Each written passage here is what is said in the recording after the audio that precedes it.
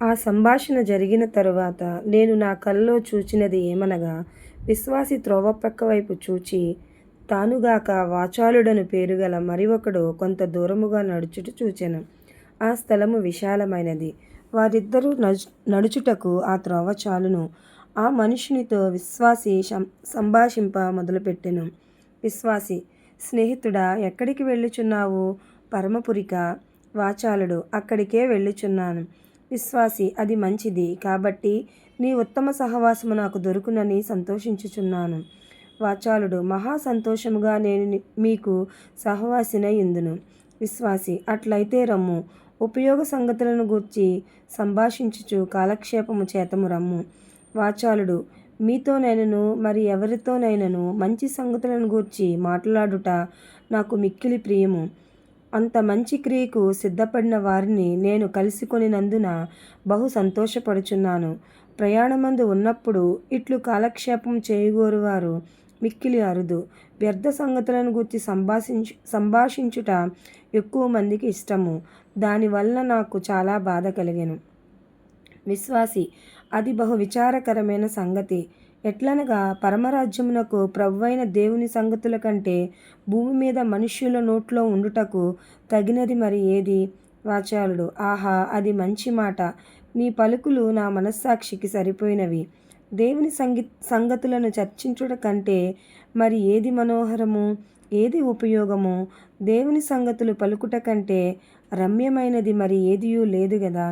వస్తువుల ఉత్పత్తి స్థితి లయములను గూర్చి అయినను, వాటి మర్మములను గూర్చియు, అద్భుతములను గూర్చియు, వింతలను గూర్చియు, గురుతులను గూర్చియు పలుకుటలో ఒకనికి సంతోషము కలిగినను, పరిశుద్ధ లేఖనములోని మధుర చరిత్రములు చదువుట వలన కలుగు భాగ్యము బహు గొప్పది.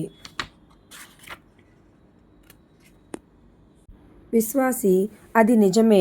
ఆ సంగతులను గూర్చి సంభాషించి మేలు పొందుటకు మనము ఆలోచించవలెను. వాచాలుడు, నేను పలికిన మాట అదే గదా. అట్టి సంభాషణ వలన అనేక సంగతులను గూర్చి ఒకనికి తెలివి కలుగును. ఇహ సంబంధమైన వాటి వ్యర్థతను, పరమ సంబంధమైన వాటి ఉపయోగమును సంభాషణ వలన తెలుసుకొనవచ్చును. అది సర్వసాధారణము. అయితే ముఖ్యముగా సంభాషణ వలన ఒకడు పునర్జన్మము అగత్యమనియు, మన క్రియలు రక్షణకు చాలవనియు, క్రీస్తు యొక్క నీతి మనకు కావలననియు బోధపడవచ్చును. అంతేకాదు, సంభాషించుట వలన ఒకడు పశ్చాత్తాపపడుట అనగా ఏమిటో, నమ్ముట అనగా ఏమిటో, ప్రార్థించుట అనగా ఏమిటో, ఓరిమితో శ్రమపడుట అనగా ఏమిటో మొదలైన సంగతులను గూర్చి నేర్చుకొనవచ్చును. అందువలన ఒకడు తనకు మహాసుఖము కలుగునట్లు సువార్తలో ఇమిడియున్న ముఖ్యమైన వాగ్దానములను, ఓదార్పు పుట్టించు బోధవాక్యములను ఏవో అవియు నేర్చుకొనవచ్చును. మరియు దాని వలన అసత్య బోధను ఖండించుటకు, సత్యమును రూఢిపరచుటకు, అజ్ఞానులకు బోధించుటకు జ్ఞానము చేకూరును. విశ్వాసి, అదంతయు నిజము. నీవు అట్టి మాటలను పలుకుట విని సంతోషపడుచున్నాను.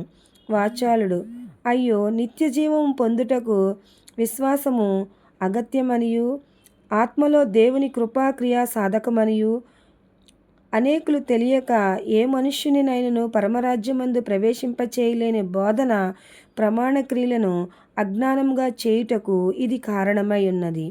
విశ్వాసి, సెలవైతే ఒక మనవి చేసేదను. ఆ పరలోక సంగతులను గూర్చిన విజ్ఞానము దేవుని వరమే. మనుష్యులు చేయు ప్రయత్నము వలననైనను, వాటి సంభాషణ వలననైనను ఎవరునూ అట్టి విజ్ఞానము పొందరు. వాచాలుడు, అదంతయు నాకు తెలియను. ఎట్లనగా, మనుష్యుడు తనకు ఆకాశము నుండి ఇయ్యబడితేనే కానిని ఏమియూ పుచ్చుకొనలేడు. అంతయు కృపచేతనే కలుగును, కార్యముల చేత కాదు. అందుకు దృష్టాంతముగా నేను 100 పరిశుద్ధ లేఖనములను ఉదహరించగలను. విశ్వాసి, మంచిది. ఈవేళ మనము ఏ విషయమును మన సంభాషణకు మూలముగా చేసుకొందుమని విశ్వాసి అడిగెను. వాచాలుడు, మీ చిత్తము. పరలోక సంగతులేమి, లౌకిక సంగతులేమి, నీతి సంబంధమైనవేమి, సువార్త సంబంధమైనవేమి, వైదిక సంగతులేమి, అవైదిక సంగతులేమి, జరిగినవేమి, జరగబోవునవేమి, పరదేశ సంబంధమైనవేమి, స్వదేశ సంబంధమైనవేమి, నిత్యమైనవేమి, వికల్పమైనవేమి, వాటిని గూర్చి సంభాషించెదము. అయితే మన సంభాషణ మనకు ఉపయోగపడు రీతిగా జరగవలెనని పలికెను.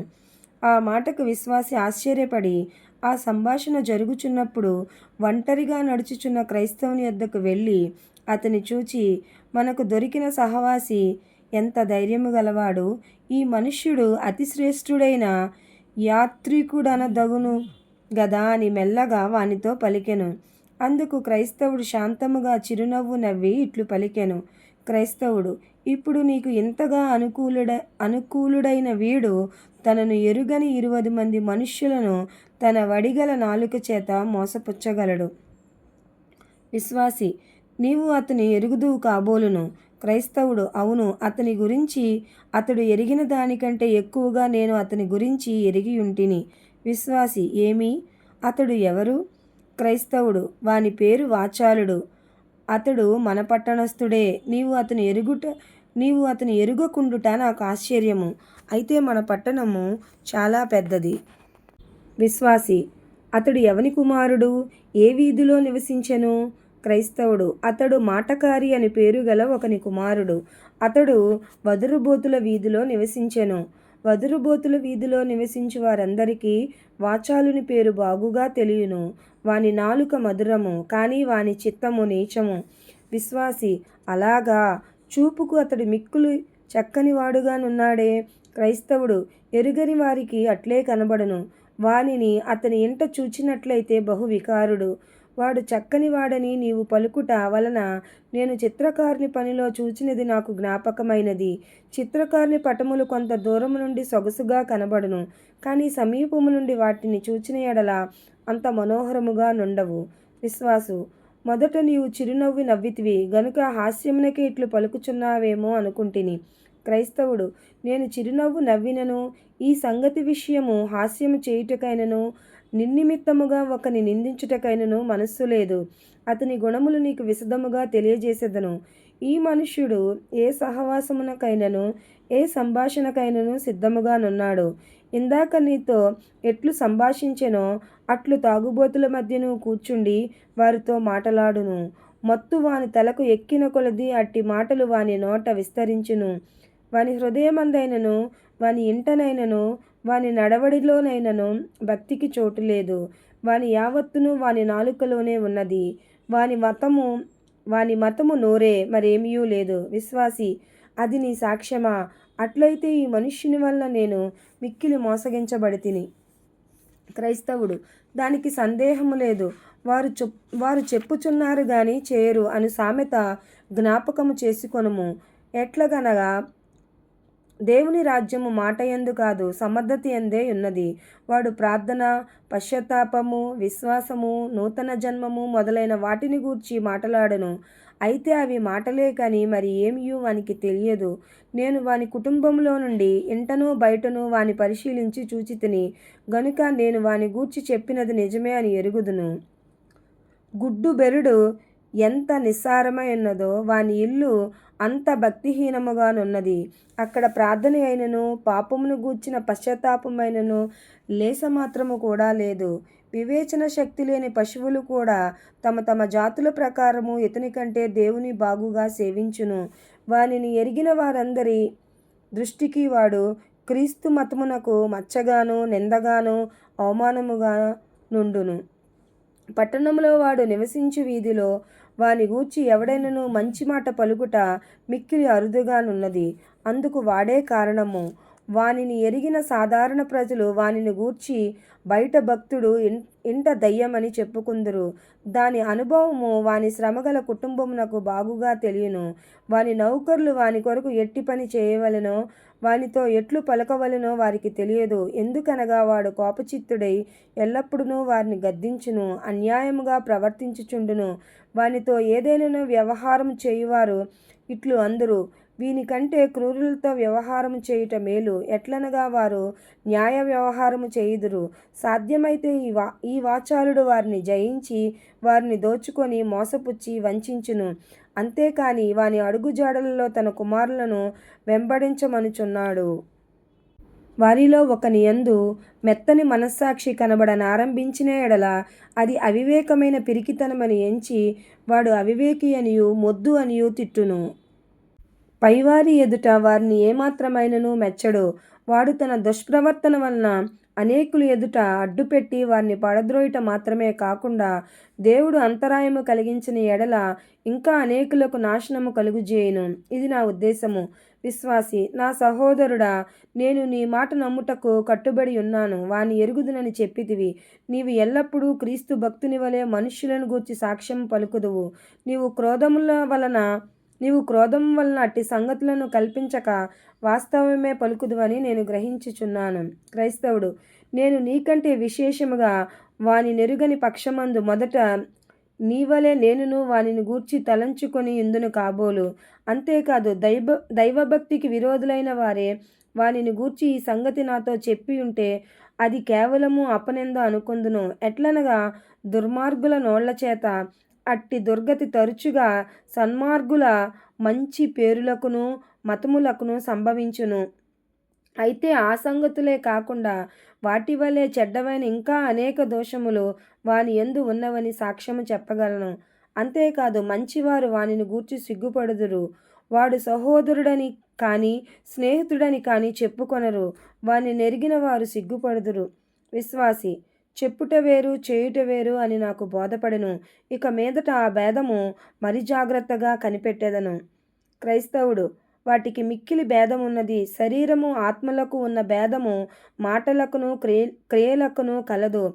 ఎట్లనగా ఆత్మ లేని ఎడల శరీరము వట్టి శవమే గదా. అట్లే పలికినట్లు చేయుకున్న ఎడల శవముతో సమానమే. భక్తికి క్రియలే ప్రాణము. తండ్రి అయిన దేవుని ఎదుట నిష్కలంకమైన భక్తి ఏదనగా దిక్కులేని పిల్లలను విధవలను వారి ఇబ్బందిలో పరామర్శించుటయు, లోకము వలన మరక తగలకుండా తన్ను తాను కాపాడుకొనుటయు. ఆ సంగతి వాచాలునికి తెలియదు. ఒకడు వినుట వల్లను చెప్పుట వల్లను మంచి క్రైస్తవుడు కావచ్చుననుకొని తన ఆత్మను తానే మోసపుచ్చుకొనుచుండెను. వినుట విత్తనములను చల్లుట వలెనేనున్నది. నిశ్చయముగా ఫలము హృదయములోను బ్రతుకులోను ఉన్నదంటకు పలుకుట చాలినంత సాక్ష్యము కాదే. మరియు తీర్పు దినమందు మనుష్యులు తమ తమ ఫలముల చొప్పున తీర్పు పొందుదురని మనము నిశ్చయించుకొనవలెను. ఆ కాలమందు మీరు నమ్మితిరా అను ప్రశ్న వేయబడదు. కానీ మీరు సత్క్రియలు చేయువారా లేక మాటలు మాత్రమే చెప్పువారా అని అడగబడుదుము. అట్లే అందరూ తీర్పు పొందుదురు. లోకాంతము కోతకాలమును పోలియుండునని మన ప్రభువు చెప్పెను. కోతకాలమందు మనుష్యులు ఫలమే కాని మరేమీ లక్ష్యం చేయరని నీకు తెలియను. విశ్వాసము లేనిది ఏదైనానో మెచ్చబడునని నా తాత్పర్యము కాదు. కానీ ఆ దినమందు వాచాలుని మతవేషము ఎంత వ్యర్థముగా నుండునో అది నీకు కనబడుటకు ఈ సంగతులను చెప్పితిని. విశ్వాసి, మోషే పవిత్ర జంతువులను గూర్చి చెప్పిన వాక్యము దీని వలన నాకు జ్ఞాపకమునకు వచ్చినది.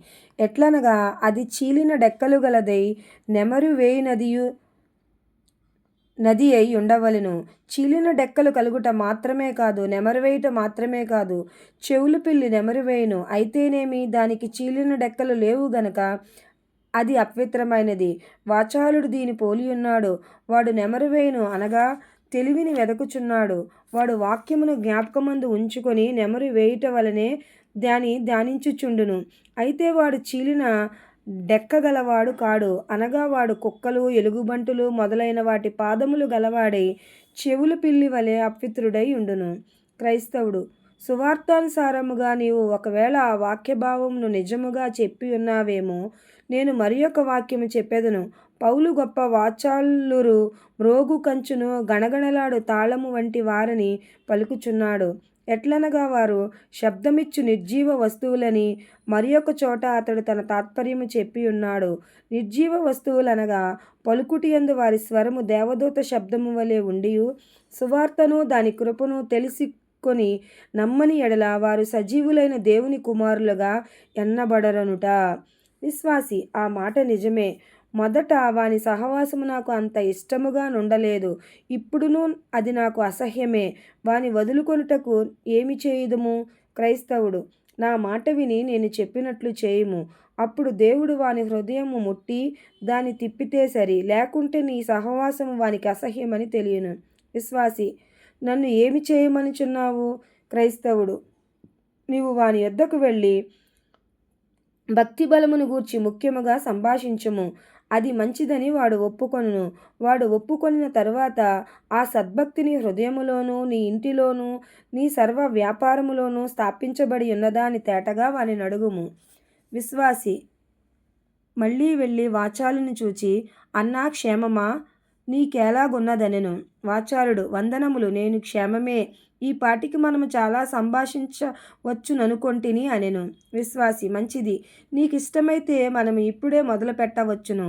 మనము సంభాషించుటకు నన్ను ప్రశ్న వేయమనుచున్నావు గనుక, దేవుని రక్షణ కృప ఒకని హృదయములో ఉన్నప్పుడు అవి ఎట్లు బయటపడును అను ప్రశ్నను ఆలోచించి సంభాషణ చేయుదుము.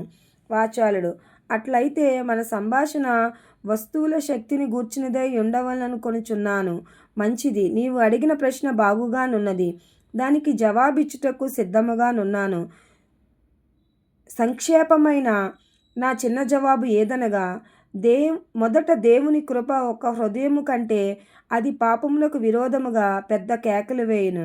తరువాత విశ్వాసి: ఆగుము, మనము ఒకటొకటిగా వాటిని విచారించుదుము. ఆ కృప ఆత్మను తన పాపమందు అసహ్యపడినట్లు చేయుట వలన కనపడునని నీవు చెప్పితే మరి బాగుగా నుండునని నాకు తోచుచున్నది. వాచాలుడు: ఏమి? పాపమునకు విరోధముగా కేకలు వేయుటకును దాని యందు అసహ్యపడుటకును ఏమి భేదమున్నది? విశ్వాసి: ఓహోహో, చాలా భేదమున్నది. యుక్తి చేతనొకడు పాపమునకు విరోధముగా కేకలు వేయవచ్చును, కానీ దేవుని భక్తి చేతను దానికి విరోధమై ఉన్న వైరము మనస్సులో ఉంటేనే కానీ దాని యందు అసహ్యపడుట వాని వలన కాదు. అనేకులు ప్రసంగపీఠము మీద నిలిచి పాపమునకు విరోధముగా కేకలు వేయుచుండుట వింటిని. అయితేనేమి, అది వారి హృదయమందును ఇంటను సంభాషణలోనూ ఉండుటకు చింతించరు. యోసేపు యజమానుని భార్య తాను మహాపతివ్రతయై ఉన్నట్లు చక్కగా మాట్లాడెను. అయినను ఆమె అతనితో వ్యభిచారం చేయుటకు మనస్సు గలదై ఉండెను. తల్లి తన తొడ మీద తన పిల్లను కూర్చుండబెట్టి, నీవు దొంగవు, పనికిమాలిన దానవు అని తన పిల్లకు విరోధముగా పలికిన తరువాత దాన్ని కౌగలించి ముద్దాడును గదా. అటువలనే కొందరు పాపమునకు విరోధముగా కేకలు వేయుదురు. వాచాలుడు: నీవు మాటలతో చిక్కులు పెట్టుటకు వచ్చి ఉన్నావని నాకు తోచుచున్నది. విశ్వాసి: అలాగు లేదు, ఉన్నవి ఉన్నట్టే విశదపరచవలనని ఉన్నాను. హృదయంలో దేవుని కృప కలుగుజేయు క్రియ జరుగుచున్నదని నీకు తోచిన రెండవ దృష్టాంతమేది? వాచాలుడు: రక్షణ సువార్త రహస్యములను గూర్చి బహు జ్ఞానము కలిగి ఉంటే అది ఒక దృష్టాంతము. విశ్వాసి: ఆ గురుతులను మొదట చెప్పితే బాగుండును. అయితేనేమి, మొదట అయినను చివరనైనను సరి, అది నిజము కాదు. మర్మముల విషయమైన కొంత జ్ఞానము కానీ అధిక జ్ఞానము కానీ ఒకడు కలిగి ఉండవచ్చును. అయితే వాని యందు ఫలము ఏమీయూ లేకపోవుట వలన దేవుని బిడ్డ కాకుండును. క్రీస్తు ఈ సంగతులన్నీ మీకు బోధపడినా అని అడిగినందుకు ఆయన శిష్యులు బోధపడ్డవని ఉత్తరమిచ్చినప్పుడు ఆయన చేయుట యందే కానీ వాటిని ఎరిగియుండుట యందు ఆ ఆశీర్వాదము నుంచలేదనను. ఎట్లనగా, క్రియలేని ఒక విధమైన జ్ఞానము ఉన్నది, తన ప్రభువు యొక్క చిత్తం ఎరిగియుండియు అట్లు చేయుకుండువాడు అను మాట ఉన్నది. ఒకడు ఏమాత్రమైనను క్రైస్తవుడు కాకపోయినప్పటికీ దేవదూత వలె మిక్కిలి తెలివిగలవాడు కావచ్చును. కాబట్టి నీవు చెప్పిన రెండవ గుర్తు నిజము కాదు. వాచాలురకును డంబాలు చెప్పు వారికి తెలివి ఇష్టము, కానీ దేవుని చిత్త ప్రకారం చేయుటే దేవుని ఇష్టము. తెలివిలేని హృదయమునకు మేలు కలుగునని కాదు, తెలివిలేని హృదయము వ్యర్థము. కాబట్టి తత్వశాస్త్రము తెలుసుకొని తర్కించు జ్ఞానము, దేవుని కృప పుట్టించి విశ్వాసముతోనూ ప్రేమతోనూ కూడుకొని నిండు మనస్సుతో దేవుని చిత్త ప్రకారము చేయించు జ్ఞానమును రెండు విధములనై యున్నవి. మొదటిది వాచాలకుని కోరికే కొనసాగించును. రెండవది కూడా ఉంటేనే కానీ నిజ క్రైస్తవుడు సంతుష్టి పొందడు. నాకు బోధపరచుము, నీ బోధను కాపాడెదను, నా పూర్ణ హృదయముతో దాన్ని అనుసరించెదను. వాచాలుడు: అదుగో, నీవు మళ్ళీ మాటల్లో తప్పు పట్టుటకు పొంచి ఉన్నావు. ఇట్టి సంభాషణ ఆత్మకు ఉపయోగించదు. విశ్వాసి: మంచిది, నీకిష్టమైతే కృపాకార్యము ఉండు చోటును అది ఉన్నదని తెలియజేయు దృష్టాంతము చెప్పుము. వాచాలుడు: నేను చెప్పను. మనం ఏకీభవించలేమనుకుంటున్నాను. విశ్వాసి మంచిది. నీవు చెప్పనొల్లని ఎడల నేనొక దృష్టాంతము చెప్పవచ్చునా? వాచాలుడు మీ చిత్తము. దేవుని కృప నరుని ఆత్మలో కార్యసాధకమైతే వానికిని ఇతరులకును కనబడును. అది ఎవని ఆత్మలోనున్నదో వాని పాపమును గూర్చి వానికి సాక్ష్యమిచ్చును. ముఖ్యముగా వాని స్వభావము అపవిత్రమైనదనియు నిజదేవుని యందు విశ్వాసముంచకపోవుట పాపమనియు వాడు యేసుక్రీస్తుని నమ్మి దేవుని దయను పొందని పక్షమందు ఆ పాపం వలన నిశ్చయముగా నశించునని సాక్ష్యమిచ్చును. పాపమును గూర్చిన విచారమును సిగ్గును కలుగుజేయును. మరియు లోకరక్షకుడు వాని అంతరంగములో ప్రత్యక్షమై జీవము నిమిత్తము ఆయనను అంగీకరించి అనుసరించవలనని అతనికి తెలియజేయును. అందువలన అతని యందు ఆకలి దప్పులు పుట్టును. అట్టి ఆకలి దప్పులు గలవారికి దేవుని వాగ్దానములు నెరవేర్చబడును. కాబట్టి వాడు తన రక్షకుని యందు ఉంచి విశ్వాస బలము కొలది వాని సంతోష సమాధానములు ఉండును. వానికి పరిశుద్ధత బహు ప్రీతికరము. ఆయనను ఈ లోకమందు మరిబాగుగా తెలుసుకొని మరుబాగుగా సేవించగోరును. అయితే దేవుని కృపాఫలములు అలాగున వానికి అగపడుచున్నప్పటికీ అవి దేవుని కృపాకార్యమని నిశ్చయముగా భావించుకొనుట కొకప్పుడు అతని వలన కాదు, దుర్వినియోగం వలన చెడిన వాని వివేచన శక్తి ఈ సంగతి విషయము తప్పుగా భావింపజేయును. కావున ఈ కృపాకార్యము ఎవని హృదయములో జరుగుచుండునో వాడు అది కృపాకార్యమని నిశ్చయముగా ఎంచుకొనుటకు వానికి బహు స్వస్థమైన వివేచనము కావలసియుండును. అట్టి కృప ఒకడు తాను యేసుక్రీస్తుయందు విశ్వాసముంచి ఉన్నానని బహిరంగముగా ఒప్పుకొనుట వలన కనబడును. అట్లు ఒప్పుకొనిన విశ్వాసమునకు తగిన రీతిగా ప్రవర్తించుట వలన, అనగా జీవితకాలమంతయు హృదయ పరిశుద్ధత వలన, కుటుంబం గలవాడైతే కుటుంబ పరిశుద్ధత వలన, లోక వ్యవహారములో పరిశుద్ధ ప్రవర్తన వలన ఆ కృప కనబడును. వాని పాపము వానిలో ఉన్నందున వాని స్వభావమును వానికి రహస్యమందు అసహ్యముగా నుండుటకును వాడు తన కుటుంబంలోని పాపమును విడుచుటకును లోకమందు పరిశుద్ధతను వృద్ధి చేయుటకును పరిశుద్ధత వాని హృదయమును ప్రేరేపించును. మాటల చేతనే కాదు, వేషధారులను వాచాలురును అట్టి సంగతులను గూర్చి మాట్లాడవచ్చును. కానీ అతడు విశ్వాసముతోనూ ప్రేమతోనూ వాక్య బలమునకు లోబడి అట్లు పలుకుచు ప్రవర్తించుట వలన పరిశుద్ధతను కనపరుచును. కృపాఫలములను గూర్చియు అవి కనపడు క్రమమును గూర్చియు నేను క్లుప్తముగా వివరించి ఉన్నాను గనుక, అయ్యా నీవు ఆపేక్షించినది ఏదైనాను ఉంటే ఆపేక్షింపవచ్చును, లేదా నిన్ను మరి ఒక ప్రశ్న వేయనిమ్ము. వాచాలుడు అలాగు కాదు, ఇప్పుడు వినుటయే కాని ఆక్షేపించుట నా పని కాదు గనుక నీ రెండవ ప్రశ్న నాకు వినిపించుము. విశ్వాసి నా రెండవ ప్రశ్న ఏదనగా, కృపాకార్యమును గూర్చి నేను చెప్పిన మొదటి భాగమును నీవు స్వకీయానుభవం వలన ఎరిగి ఉన్నావా? అందుకు నీ జీవితము నీ మాటలు సాక్ష్యమిచ్చునా? లేక నీ మతము క్రియాసత్యములలో కాక నోటి మాటల్లోనే ఉన్నదా? దీని గూర్చి నాకు ఉత్తరమిచ్చుటకు నీకు మనస్సు ఉంటే పైనున్న దేవునికి ఆమేన్. ఏది సత్యమైనది నీ మనస్సాక్షి నీకు సాక్ష్యమిచ్చునో దానినే కాని మరి దేనిని పలుకకుము. ఎట్లనగా ప్రభువు వలన మెప్పు పొందువాడే కాని తనకు తాను మెచ్చుకొనువాడు మెప్పు పొందడు. అంతేకాదు నా పలుకు అబద్ధమని నా నడవడియు నా పొరుగువారందరూ నాకు విరోధముగా సాక్ష్యమిచ్చుచుండగా నేను అట్టివాడను ఇట్టివాడను అని పలుకుట బహు దుష్టత్వము కాదా అని పలికెను. అప్పుడు వాచాలుడు మొదట సిగ్గుపడి తరువాత ధైర్యము తెచ్చుకొని, ఇప్పుడు నీవు అనుభవము మనస్సాక్షి దేవుడు మొదలైన సంగతులను గూర్చి పలుకుచు మనము చెప్పు మాటలకు దేవుడు సాక్ష్యం ఇయ్యవలనని కోరుచున్నావు. ఇట్టి సంభాషణ జరుగునని నేను అనుకొనలేదు. అట్టి ప్రశ్నలకు జవాబిచ్చుటకు నాకు మనస్సు లేదు. ఎట్లనగా అందుకు అవసరమేమియో నాకు కనబడలేదు. నీవు ఎలాగైనను విమర్శ చేయుటకు అధికారము కొన్నావేమో. ఒకవేళ నీవు తెచ్చుకొన్నప్పటికీ నీవు నన్ను విమర్శించి తీర్పు చేయుటకు నేను ఒప్పుకొననవసరము లేదు. అయితే నీవు నాకు అట్టి ప్రశ్నలు వేయనేలా దయచేసి నీవు చెప్పగోరుచున్నాను.